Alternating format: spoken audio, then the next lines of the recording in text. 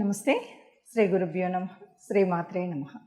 ఆదిత్యాయ చ సోమాయ మంగళాయ బుధాయ గురుశుక్రశనిభ్యే రాహవే కేతవే నమ.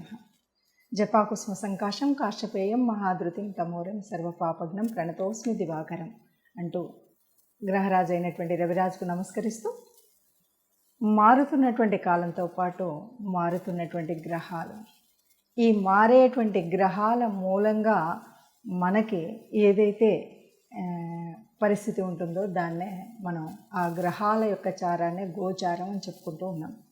ఈ గోచారం మరి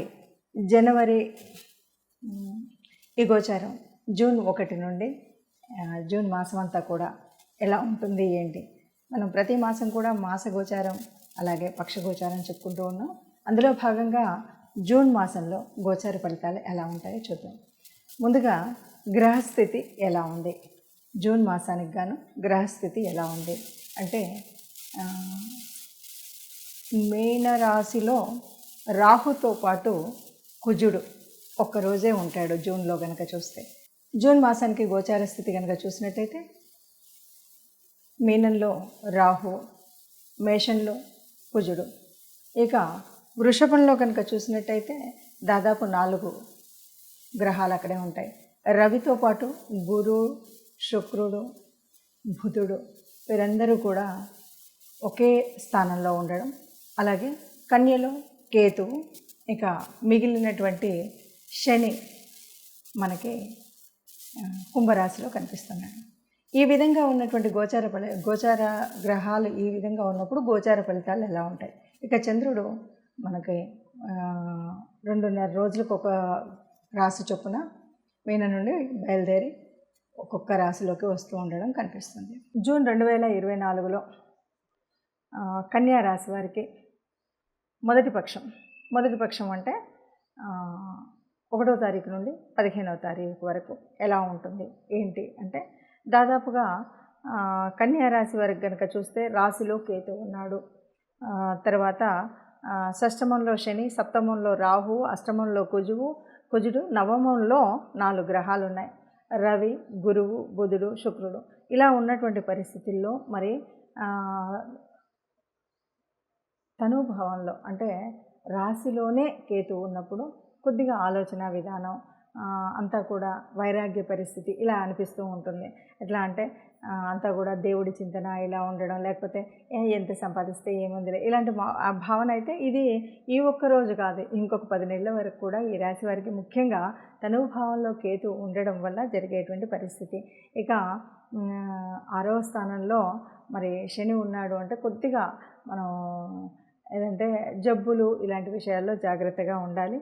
సప్తమంలో రాహు ఉన్నప్పుడు మనకు కుటుంబంలో అంటే భార్యతో కానీ వ్యాపారం చేసేటువంటి అంటే పార్ట్నర్షిప్ వ్యాపారం చేసేటువంటి వాళ్ళకి కానీ కొద్దిగా ఆచితూచి జాగ్రత్తగా ఉండాలి. అష్టమంలో ఉన్నటువంటి కుజుడు ఉన్నాడు కాబట్టి అనారోగ్యాలు రాకుండా, ఎక్కడైనా దెబ్బలు తగిలించుకోకుండా ఇలాంటి విషయాల్లో జాగ్రత్తగా ఉండాలి. ఇక 9 అంటే మనకు పూర్వపుణ్యస్థానం. ఇక్కడ ఉన్నటువంటి పుణ్యగ్రహాలు ఉండాలి, కానీ ఈ ఉన్నటువంటి పుణ్యగ్రహాలు ఇప్పుడు రవితో కలిసి ఉండడం వల్ల, అస్తంగత్వం వల్ల అనుకున్నంత ఫలితాన్ని మాత్రం ఇవ్వము అని చెప్పచ్చు. మొత్తంగా చూస్తే కన్యా రాశి వారికి ఒక రకంగా చెప్పాలంటే పూర్తిగా బాగుంది లేదా పూర్తిగా బాగాలేదు అని చెప్పడం కాకుండా మధ్యస్థంగా ఉంది అని చెప్పచ్చు. పురస్కారాలు అనేటువంటివి లభించడం అంటే కొన్ని మెప్పులు లభించడం అనేటువంటిది కనిపిస్తాయి, కానీ తండ్రితో వాదనలో లేదా వివాదాలు ఇలాంటివి మాత్రం తెచ్చుకోకూడదు. ముఖ్యంగా తండ్రితో కానీ గురువులతో కానీ వివాదాలు ఇలాంటివి తెచ్చుకోకూడదు. చక్కగా వాళ్ళు ఏదైనా గబుక్కుని ఒక మాట అన్నా కూడా కొంచెం వినయం ప్రదర్శించడం అనేటువంటిది మంచిది. దూర ప్రయాణాలు ఎవరైతే చేయాలనుకున్నారో వాళ్ళకి దేశంలో దూర ప్రయాణాలు కానీ విదేశీయానం కానీ చేయడానికి చక్కగా అనుకూలించేటువంటి స్థితి. చదువులో కూడా వృద్ధి కనపడుతూ ఉంటుంది. మనం ఏది కష్టపడి ఏది సాధించాలనుకున్నా చదువుకోవడానికి మంచి అవకాశంగా చెప్పొచ్చు ఈ మాసాన్ని. ఆధ్యాత్మిక విషయంలో దాదాపుగా అంటే ఇంకా 2వ పక్షంలో అయితే బాగాను మునిగి తేలుతారనమాట. ఎందుకంటే రాశిలో ఉన్నటువంటి కేతువు మూలంగా కానీ, తర్వాత 2వ పక్షంలో వచ్చేటువంటి 9లో ఉన్నటువంటి గురువు మూలంగా కానీ చక్కగా దాన ధర్మాలతో మునిగి ఉండి ఆధ్యాత్మిక కార్యక్రమాలు అనేకం చేయడం, గుడి గోపురాలలో ఉండడం ఇలాంటివన్నీ చేస్తూ ఉంటారు. ప్రయత్నాలతో విజయాన్ని పొందుతారు. అంటే ప్రయత్న లోపం లేకుండా మనం చేసినట్టయితే తప్పకుండా విజయాన్ని సాధించేటువంటి ఉంటుంది. గృహానికి సంబంధించినంత వరకు విషయాలు, గృహంలో సంబంధించే విషయాలు ఏవైనా సరే, కుటుంబంతో కానీ, ఇంటికి సంబంధించిన రిపేర్స్ కానీ, ఇంట్లో తేవాల్సినటువంటి వస్తువులు కానీ, ఇంట్లో ఉండేటువంటి ఆనందకరమైనటువంటి పరిస్థితులు కానీ, ఈ విషయాలన్నింటిలో కూడా అనుకూలిస్తుందని చెప్పొచ్చు. ఇంకా చివరిగా మీకు ఏదైతే ఆర్థిక అనుకూలత లేకుండా ఉంటుందో, ఆర్థిక సమస్యల్లో ఉంటారో వాటి నుండి బయటపడేటువంటి పరిస్థితి ఈ మాసంలో కనిపిస్తుంది అని చెప్పచ్చు. ఇప్పుడు ఈ రకంగా ఉన్నటువంటి గ్రహస్థితిని బట్టి మరి ఎలా ఉంటుంది ఫలితం అన్నప్పుడు, దాదాపుగా అంటే ఈ భూమి మీద పుట్టిన ప్రతి ఒక్కరికి కూడా ఆ గ్రహాల యొక్క అనుగ్రహం ఉండాలి. ఎందుకంటే ఇప్పుడు చెప్పుకునేటువంటి గోచారం కోటాను కోట్లకి ఒక రకంగా ఉంటుంది. అంటే కుంభరాశి వాళ్ళంటే ఎంతోమంది ఉంటారు, మేషరాశి వాళ్ళంటే ఎంతోమంది ఉంటారు. అంటే ఇలా అంతమందికి ఎగ్జాక్ట్గా యాక్యురేట్గా కలుస్తుందా అంటే మనకి అంత ఎగ్జాక్ట్గా కలగకపోవచ్చు, కొంత పర్సంటేజ్ మాత్రమే ఉంటుంది. మరి అలాంటప్పుడు ఎందుకు చెప్పుకోవడం అంటే, ఇది చెప్పుకోవడం వల్ల మనం ముందు తీసుకోవాల్సినటువంటి జాగ్రత్తలు ఏవైతే ఉన్నాయో, ఆర్థిక వ్యవస్థలో కానీ, ఆరోగ్య సమస్యల్లో కానీ, ఉద్యోగ వ్యాపారాదుల్లో కానీ, వివాహ బంధంలో కానీ, గృహ సంబంధమైనటువంటి కుటుంబ వ్యవస్థలో కానీ, వాటి కోసం మనం ముందు చెప్పుకుంటూ ఉంటాం.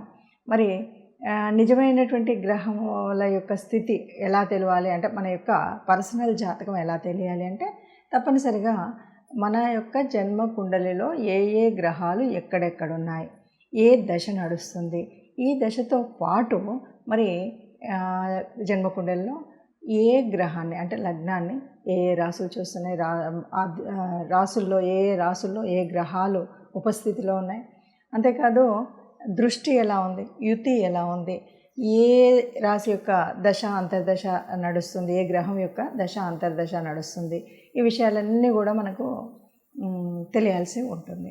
మరి ఇది ఎలా తెలుస్తుంది, తెలిస్తే ఏంటి అంటే, సహజంగా మనం మాసఫలాలు ఇవి చెప్పుకున్నప్పుడు ఏం చేస్తామంటే, మారుతూ ఉన్నటువంటి అంటే ఇప్పుడు ప్రస్తుతం మారుతున్న, ఫర్ ఎగ్జాంపుల్ రవితో పాటు గురువు, శుక్రుడు, బుధుడు వీళ్ళంతా ఒక చోటు ఉన్నప్పుడు ఏమవుతుంది, వీళ్ళ యొక్క ప్రభావం తగ్గుతుంది. కాబట్టి మనం ఏం చెప్తూ ఉంటామంటే, గురు ప్రభావం, శుక్ర ప్రభావం. గురువు, శుక్రులు అంటే మనకు సహజంగానే చాలా పుణ్యాన్ని ఇచ్చేటువంటి గ్రహాలు. అలాంటి గ్రహాలు అస్తంగత్వంలోకి వెళ్ళినప్పుడు కొంత అనుకున్నటువంటి మనకు అశుభ ఫలితాలు రావు, అశుభ గ్రహాల మూలంగా వచ్చేటువంటి ఫలితాలు రావు. కాబట్టి మనం ఏం చేయాలి అన్నది మనం చెప్తూ ఉంటాం. అందుకను జన్మజాతకం, జన్మకుండలి ఉండి జాతకంలో ఉంటే చూసుకుంటే అది ఒక విధానం. అలా లేకపోయినా ఈ గోచార ఫలితాన్ని చూసినట్టయితే ఈ మాసానికి గాను ఈ మాసంలో ఎలా ఉంది అంటే, మొదటి పక్షంలో దాదాపు గురువు పూర్తిగా రవితో ఉండడం, తర్వాతి కాలంలో అంటే ఈ నెలలో సగభాగము గురువు రవితో ఉండడం, తర్వాతి సగభాగంలో శుక్రుడు రవితో కలిసి ఉండడం, ఇలాంటివి ఉన్నాయి. కాబట్టి ఏం చేయాలి అంటే, గురువు, శుక్రుడు వీళ్ళందరికీ కూడా మనకు కావాల్సినటువంటి గురువు గురించి మనం గురువు యొక్క ఈ అస్తంగత్వ దోషం ఉండకుండా ఆ ప్రభావం ఉండాలి అంటే గురు సంబంధితమైనటువంటి దేవాలయాలకు వెళ్ళాలి. అంతేకాదు ఆ గురువారం రోజు కాస్త పసుపు వర్ణం ఉన్నటువంటి బట్టలు కట్టుకోవడం, లేకపోతే ఎవరికైనా ఏదైనా ఎప్పుడైనా దానం ఇస్తున్నామంటే ఆ పసుపు వర్ణం, లేకపోతే శనగపిండితో చేసినటువంటివి ఏవైనా దానం ఇవ్వడం, ఇలాంటివి మనం చేస్తూ ఉంటాం. అంటే అలాగా శుక్రగ్రహానికి వచ్చినప్పుడు కూడా అదే పరిస్థితి. అంటే గురువుడు, శుక్రుడు వీళ్ళందరికీ సంబంధించినటువంటి దాన ధర్మాలు చేయడం, ఆ సంబంధితమైనటువంటి దేవాలయాలకు వెళ్ళడం. అదే కాదు అంటే తప్పనిసరిగా నవగ్రహ మండపం అయితే ఉంటుంది ఏ దేవాలయంలోనైనా, నవగ్రహ మండపానికి వెళ్ళి మనం నవగ్రహాలకి ప్రదక్షిణ చేయడం, దీపం వెలిగించడం, ఇవి మీకు వీలైనప్పుడు తోచినప్పుడు ఈ మాసం అంతా ఉంటుంది. కాబట్టి మీరు గురు శుక్ర గ్రహాలు సరిగ్గా లేవు కాబట్టి గురువారం, శుక్రవారం నాకు ఇలా వీలవ్వట్లేదు అంటే మనం మాస మొదట్లోనే ఏ కోశాలకన్నా వెళ్ళి గోగ్రాసం కోసం వారికి కాస్త డబ్బులు ఇవ్వడం, ఇలాంటివి ఏదైనా చేయొచ్చు. లేదు ఇవేవి కాదు, మరి వాళ్ళు ఇస్తారో వాళ్ళు పెడతారో పెట్టరో గోగ్రాసం, ఇలాంటి అనుమానాలు మనకు చాలా ఉంటాయి. కాబట్టి అలాంటి పరిస్థితుల్లో మనం ఏం చేయాలి అంటే, మీకు వచ్చినటువంటి గురుస్తుతి, అట్లాగే శుక్రగ్రహానికి సంబంధించినటువంటి స్తుతి ఇవి చేసుకోవాలి. అట్లాగే మరి శని ఉన్నటువంటి ప్రదేశం, శని యొక్క దృష్టి, ఇవన్నీ కూడా ఈ మాసంలో మనకు తగులుతున్నటువంటి గ్రహాలు ఏవైతే ఈ రాశులు ఏవైతే ఉన్నాయో, అర్ధాష్టమ శని ఫర్ ఎగ్జాంపుల్ వృశ్చిక రాశి అర్ధాష్టమ శని ఉంది. ఏం చేయాలి, శనికి సంబంధించినంత వరకు మనం అభిషేకానికి శివాలయానికి వెళ్ళి అభిషేకం చేసుకోవడం, లేకపోతే శని స్తుతి చదువుకోవడం, ఇలాంటివి చేసినట్టయితే మనకు ఉన్నటువంటి ఈ మాసం అంతా కూడా ఉన్నటువంటి గ్రహ దోషాల వల్ల, లేకపోతే సరి అయిన స్థలంలో గ్రహాలు లేకపోవడం వల్ల ఉండేటువంటి ప్రభావం ఏదైతే అది తగ్గుతుంది. దానికోసం మనం ఈ చిన్న చిన్న పరిహారాలు చేసుకుంటే సరిపోతుంది. అందరూ సుఖంగా ఉండాలని, అందులో మనం కూడా ఉండాలని భావిస్తూ సర్వే జన సుఖినో భవంతు.